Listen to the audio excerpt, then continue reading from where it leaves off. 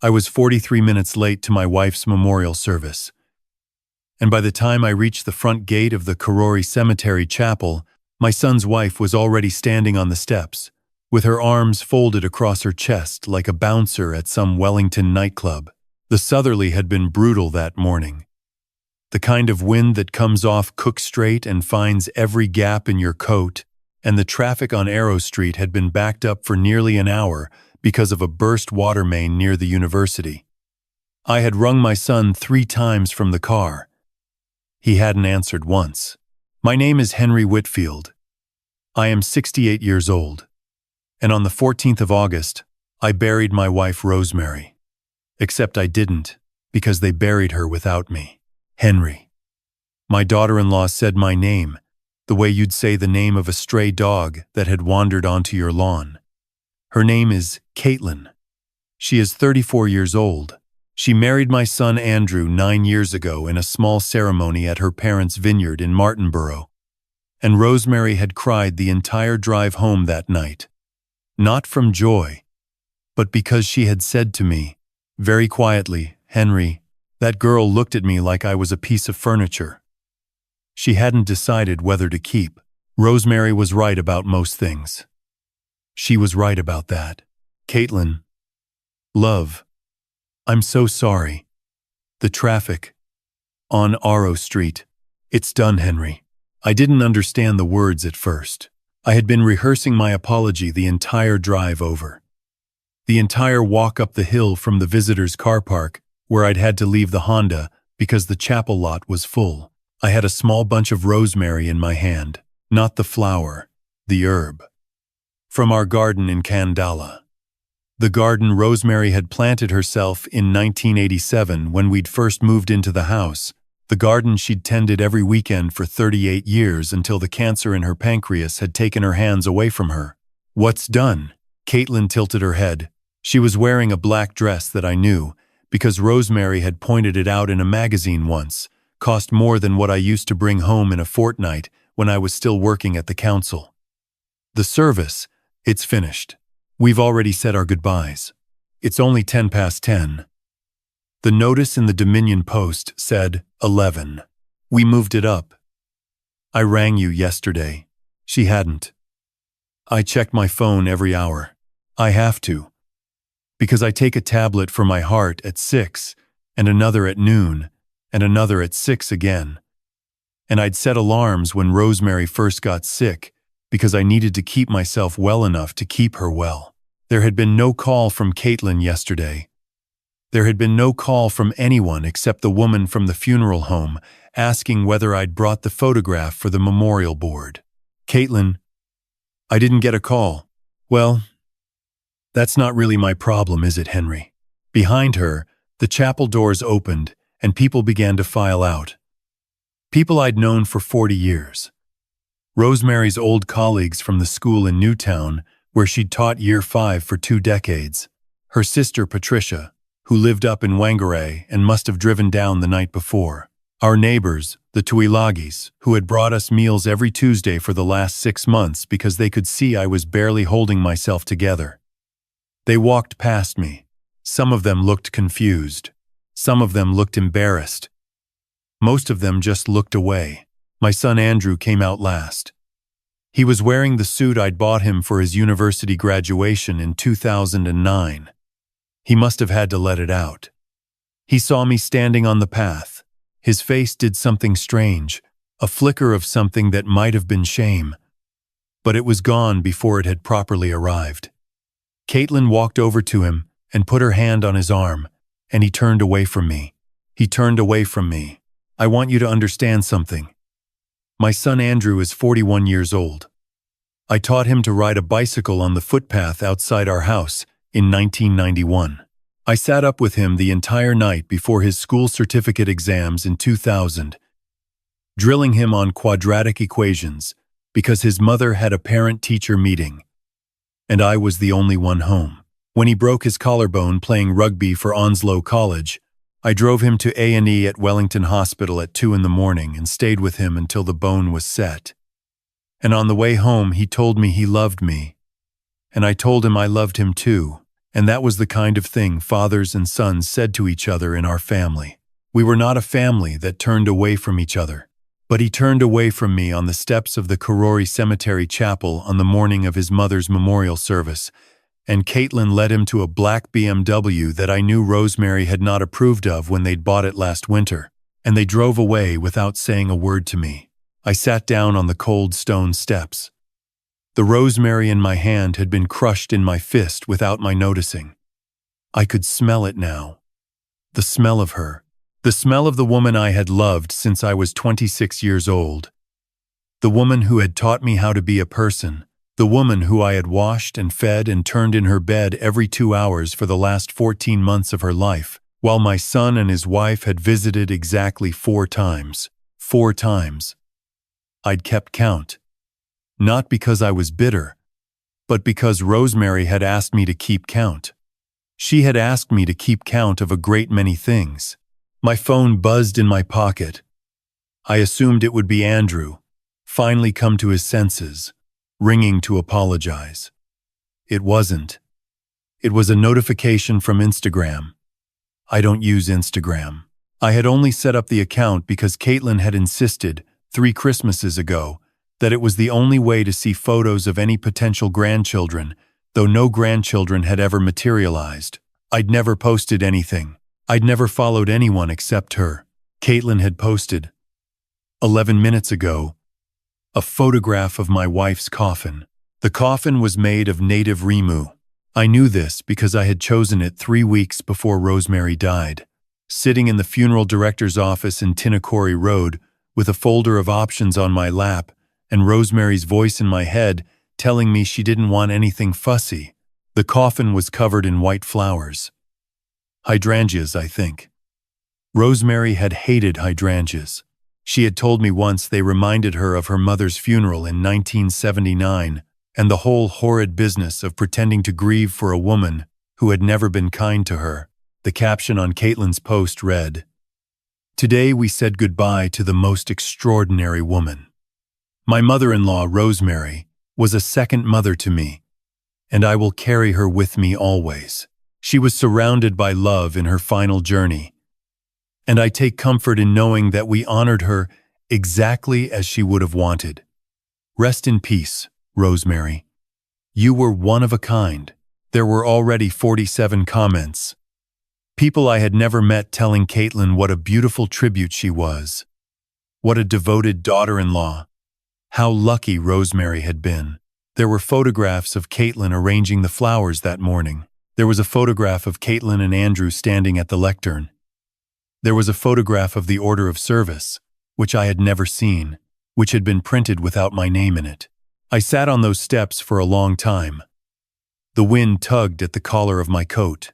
The funeral director eventually came out, a kind man called Jeffrey, who I'd met 3 times during the planning, and his face went pale when he saw me. "Mr. Whitfield." I was told you weren't coming." "Who told you that, Jeffrey?" He didn't want to answer. I could see him working out which lie would hurt me least. I let him off the hook. "It's all right. I know who told you. I'm so terribly sorry. I'd assumed. If I'd known." "Where are they taking her?" "The interment is at Makara. Section 7. Plot 182. It's been set for 2 o'clock this afternoon. I drove out to Makara that afternoon. I parked at a distance, the way you do when you're not sure whether you're welcome at something, and I watched from beside an old cowhide tree as my son and his wife and a handful of people I didn't recognize stood around an open grave on the hillside. The sea was visible from where I stood, gray and roiling. Rosemary had loved Makara. We used to walk there on Sunday mornings, before the cancer, before any of it. She'd told me once she wanted to be buried somewhere she could hear the sea. I had remembered that. I had told the funeral director. That much, at least, had been honored. When everyone left, I walked up the slope to the fresh grave. I knelt down in the wet grass beside it, and I placed the crushed rosemary on the disturbed earth, and I told my wife I was sorry I was late. I told her I had tried. I told her that her son had turned away from me on the chapel steps, and that I didn't understand it, and that I would have understood it less if she had been there to see it. But she was already in the ground, so she didn't see anything. That night I sat in our kitchen in Candela, in the chair I had sat in every morning for 38 years, across the table from Rosemary's chair, and I opened the brown manila envelope I had been keeping in the locked drawer of my desk for the last 7 months. The envelope was thick. There were photographs inside, and copies of medical records, and printouts of text messages, and a small notebook in Rosemary's handwriting from the last lucid week of her life, when she had asked me to bring her a pen and to sit beside her bed while she wrote, even though her hand could barely hold the pen by then. The next morning at 9:30, I had an appointment at the office of Mr. Taine Brookfield, solicitor, on the terrace in central Wellington, for the formal reading of my wife's will. Andrew had been informed. So had Caitlin. So had Rosemary's sister Patricia. I put the envelope into my old leather satchel. I went to bed in the spare room because I had not been able to sleep in our bedroom since Rosemary died. I lay awake for most of the night thinking about my son and trying to remember the last time he had looked at me like a son looks at a father. I couldn't remember. The solicitor's office was on the 7th floor of one of those glass buildings that went up in the 80s. The kind that always smell faintly of carpet glue regardless of how many decades pass. Mr. Brookfield's secretary showed me into a conference room with a long oak table and a view across the harbour towards Eastbourne. Andrew was already there. He stood up when I came in. He didn't say anything. Caitlin was beside him scrolling through her phone, and she didn't look up at all. Patricia was sitting opposite them, and when she saw me, she got out of her chair and came over and took both my hands in hers, and she said, "Henry, I am so deeply sorry. I didn't know. I swear to you, I didn't know." "Didn't know what, Pat?" "That you weren't coming yesterday. They told me you'd refused to attend. They told me you'd had some sort of breakdown after the diagnosis got worse, and you'd been unstable." I looked at my son. He was looking at the table. "That's not what happened, Pat." "I know. I can see now. I should have rung you. I'm so sorry." Mr. Brookfield came in. He was a younger man than I'd expected, maybe 40, Maori, with a quiet, competent manner that immediately put me at ease. He laid a folder on the table and sat at the head of the room and said the kind of opening words solicitors say. He was sorry for our loss. The will was straightforward and properly executed. He would read the relevant clauses aloud, and then we would discuss next steps. Mrs. Whitfield's will is dated the 17th of February of this year.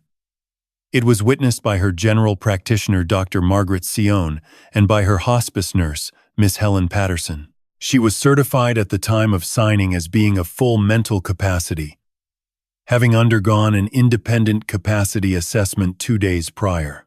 Caitlin finally looked up. "Right. Good. Let's get on with it." Mr. Brookfield gave her a look that I rather enjoyed. Then he began to read. "To my husband, Henry James Whitfield, I leave the entirety of my estate, including but not limited to the freehold property at 14 Homewood Avenue, Kandala, the joint bank accounts held with the Bank of New Zealand, my Kiwi Saver balance, and all personal effects." Caitlin's head snapped up. "What?" "The entirety of the estate," Mr. Brookfield repeated, "is left to Mr. Henry Whitfield. In the absence of any further instructions, that would be the end of the matter. However," he turned the page, "Mrs. Whitfield included an addendum to her will, also dated the 17th of February, which establishes a separate testamentary trust funded by her late father's inheritance, which she received in 2018 and which she had kept in a separate account in her sole name. That account, as of the date of her passing, contains $148,200. The trust is intended for the benefit of her son, Andrew Whitfield, but is conditional." Andrew lifted his head. "Conditional on what?" "On a specific instruction. Mrs. Whitfield directed that the trust funds will only be released to you if you read aloud. In this room, in the presence of all parties, the contents of an envelope which is to be supplied today by your father. If you decline to read the contents, the funds revert in their entirety to the New Zealand Cancer Society in your mother's name. Caitlin laughed. It was a sharp, surprised sound. That's absurd. That isn't legally enforceable. I assure you, Miss Whitfield, it is.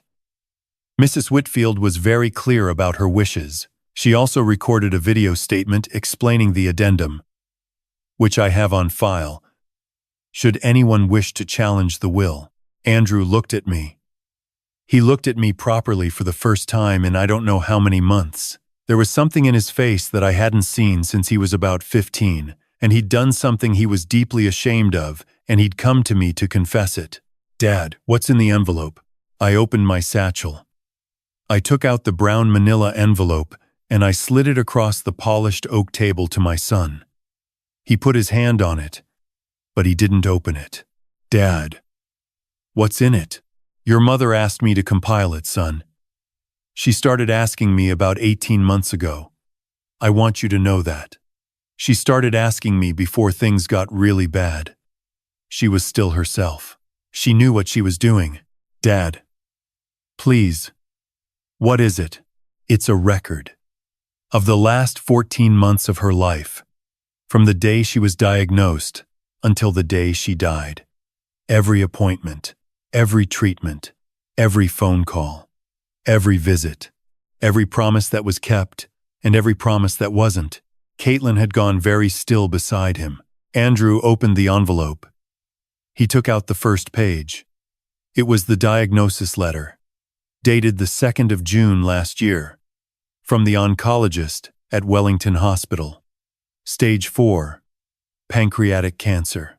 Prognosis, 6 to 12 months. He read it. His hands were shaking. Read it aloud, please, Mr. Whitfield. Mr. Brookfield said gently.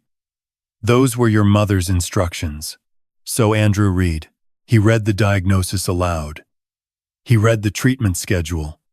He read my own notes from the days that followed, the long handwritten pages where I had tried to make sense of what was happening to us. He read the phone log I had kept, the date and time of every phone call I had made to him during those 14 months, and the duration of each call, and a brief note of what had been said. The first call, on the 3rd of June last year, had lasted 2 minutes and 40 seconds. He had told me he was at a work dinner. He'd ring back. He hadn't. He read my notes from his mother's birthday in October. She had turned 64. I had baked her a lemon cake from her grandmother's recipe.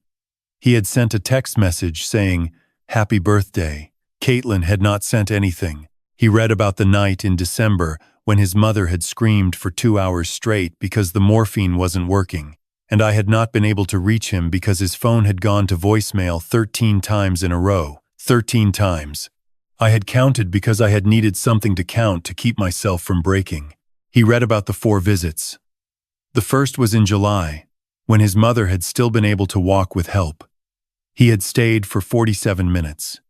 Caitlin had stayed in the car. The second was in September, when his mother had asked for him every day for a week beforehand, because she'd had it in her head that he was coming, and she'd wanted to look nice for him. He had stayed for an hour and 20 minutes. Caitlin had not come at all. The third was in January, 3 weeks before his mother's death, when she had been too weak to speak and had only been able to squeeze his hand. He had stayed for 23 minutes. The fourth was the day before she died. The fourth visit had lasted 9 minutes. Andrew's voice broke on the word 9. He couldn't read any more. He put the page down and he put his face in his hands, and he made a sound I have only ever heard a man make when something inside him has finally collapsed. Mr. Brookfield reached into the folder and brought out one more document. There is also a letter. Mr. Whitfield, from your mother.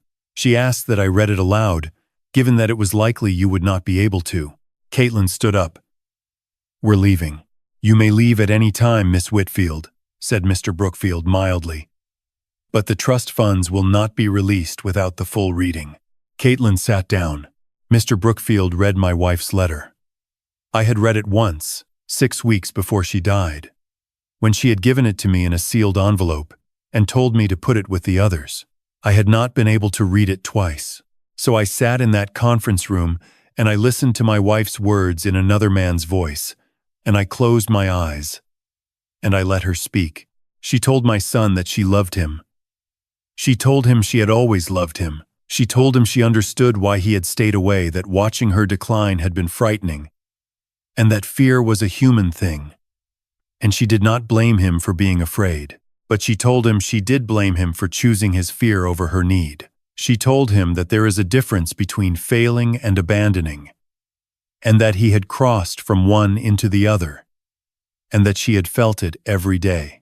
She told him that I had not failed her, that I had been the only one who had not failed her, that every morning for 14 months I had got up and washed her body and brushed her hair and fed her soup with a small spoon when she could no longer hold one herself, and that I had done it without complaint, and that she had known, even in her worst confusions at the very end, that the warm hands on her face were mine.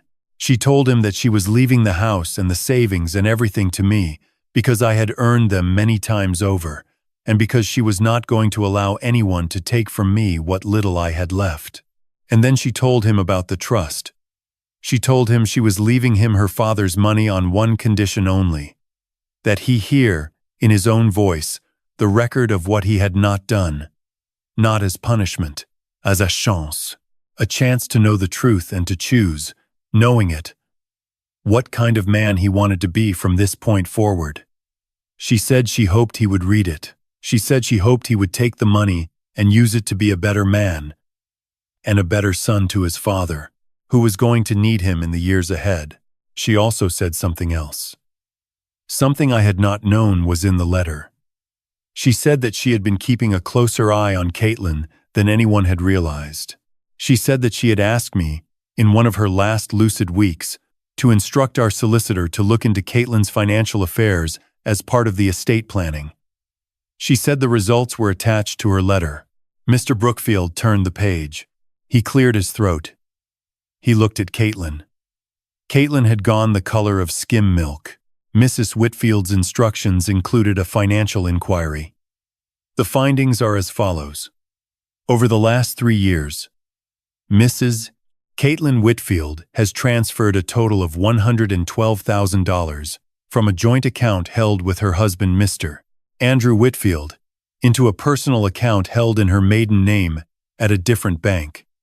These transfers were made in small increments over 38 separate occasions. They were never disclosed to Mr. Pasquale. Ender Tem. Andrew Whitfield. Mrs. Rosemary Whitfield became aware of these transfers approximately 9 months ago through an inquiry made by her solicitor at her request, and instructed that the information be placed in her estate file to be released to her son in the event of her death.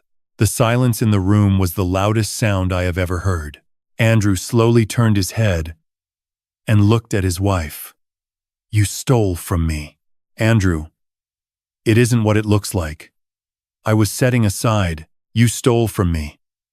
While I was telling my mother I couldn't afford to take time off work to come and see her. You were stealing from me. I was protecting our future. My mother was dying. My mother was dying. And you told me we couldn't afford for me to be there. And you were taking money out of our account and putting it where I couldn't see it. Caitlin. I have never heard my son say a name like that." She tried to speak. He stood up. He picked up his chair and he set it down very carefully. And he walked around the table to where I was sitting. And he put his hand on my shoulder. And he said, "Dad, I'm so sorry. I'm so sorry. I'm so sorry." I put my hand over his. Mr. Brookfield, with the quiet competence of a man who had probably seen a great many things in his career, asked Caitlin to wait outside. She did not argue. She gathered her handbag and her phone, and she walked out. and I have not seen her in person since that day, though I have heard a great deal about her in the months since. The trust was released to Andrew. He signed the papers. Then he asked Mr. Brookfield to amend the documentation, then and there, to redirect every dollar of his inheritance into a registered charitable trust in his mother's name, to fund palliative care research at Wellington Hospital. Mr. Brookfield asked him if he was certain. Andrew said he had never been more certain of anything. He signed the deed of variation. The money never touched his hands. He drove me home that afternoon. He sat in our kitchen in Khandala, in his mother's chair, and we drank tea, and we did not say very much. Outside, the wind was still blowing, but it had turned around and was coming from the north now, the gentler way. He filed for divorce 2 weeks later. The divorce was not gentle. Caitlin tried, of course, to claim half of the inheritance. She didn't know he had refused. When her lawyer learned that the money had been redirected to charity before Andrew had ever taken possession of it, the negotiating position rather collapsed. The matter of the $112,000 from their joint account was raised by Andrew's solicitor in the property settlement and was, eventually, resolved in his favor. Caitlin lost her marketing consultancy not long after. When several of her clients learned about the matter, through what I can only assume were determined whispers in the small world of Wellington business, she moved back to her parents' vineyard in Martinborough. Andrew tells me she has remarried. My son comes for dinner every Sunday now. He has done for the better part of a year.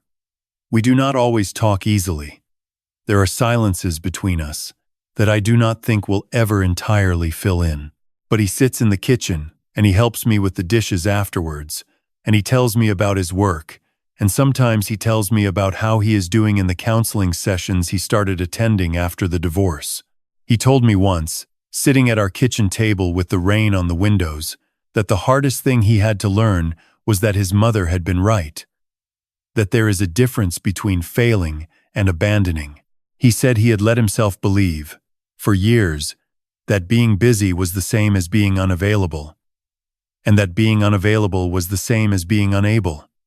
And he had walked himself, step by step, into a place where he had genuinely believed he was doing the best he could. He said his mother's letter had broken something in him that he was still trying to repair. I told him repair takes time. I told him I had time. I sold the house in Khandala 6 months after the will was read. The garden had become too much for me, and the bedroom Rosemary had died in had become a place I could no longer cross the threshold of. I bought a small cottage in Eastbourne, on the eastern side of the harbour, where the morning light comes through the kitchen window the way Rosemary had always said morning light should. From the back deck I can see across the water to the city, and on a clear day, I can pick out the Karori Hills where she is buried. I have started volunteering at Mary Potter Hospice in Newtown 2 days a week. I sit with the spouses, mostly. I make them tea. I tell them, when they ask, that the worst part is not what they think it will be. The worst part is not the dying. The worst part is the loneliness of being the only one who has to watch it happen. And I tell them, very gently, that they are not alone, even when it feels as if they are. I learned that, eventually. I wish I had learned it sooner. I want to say something to you before I finish. And I want you to listen carefully, because I am 68 years old, and I have learned this the hard way, and I do not want anyone else to have to learn it the way I did. If you have parents who are getting older, ring them. Not because something is wrong, just ring them. The visits do not have to be long. The phone calls do not have to be deep, but the silence of an unanswered phone is the loudest grief there is. And it is a grief that you can prevent by very small acts that cost you almost nothing. If you are caring for someone, please document, not for revenge, for yourself, because there will come a day when someone tells you that you didn't try hard enough, and on that day you will need to remember that you did. You will need the receipts and the diaries and the small handwritten notes, They are not weapons. They are evidence of love. If you are married to someone, look at how they treat your parents. That is who they will be when your parents are you. That is who they will be when you are old.